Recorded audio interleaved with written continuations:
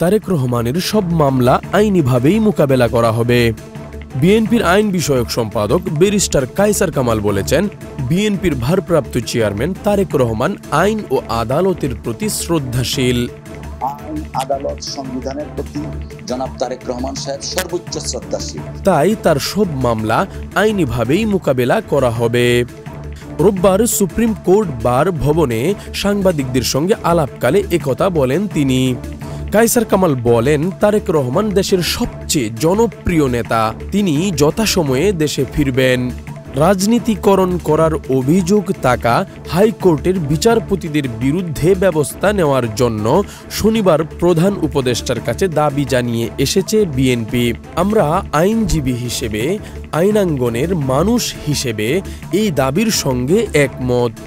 কায়সার কামাল আরও বলেন, বিচার বিভাগ কোনো দলের রাজনৈতিক এজেন্ডা বাস্তবায়নের জন্য কাজ করতে পারে না। যেসব বিচারপতি কোড অব কন্ডাক্ট ভঙ্গ করেছেন তাদের বিরুদ্ধে আশা করি কর্তৃপক্ষ যথাযথ ব্যবস্থা নেবে। বিএনপির সর্বমহলে বর্তমানে অন্তর্বর্তী সরকার কিংবা অন্যান্য ইস্যুগুলোর চেয়েও বেশি আলোচনায় আছে তারেক রহমান কবে দেশে ফিরবেন। দলটির সকল পর্যায়ের নেতাকর্মীদের কাছে তিনি এখন স্বপ্নপুরুষ।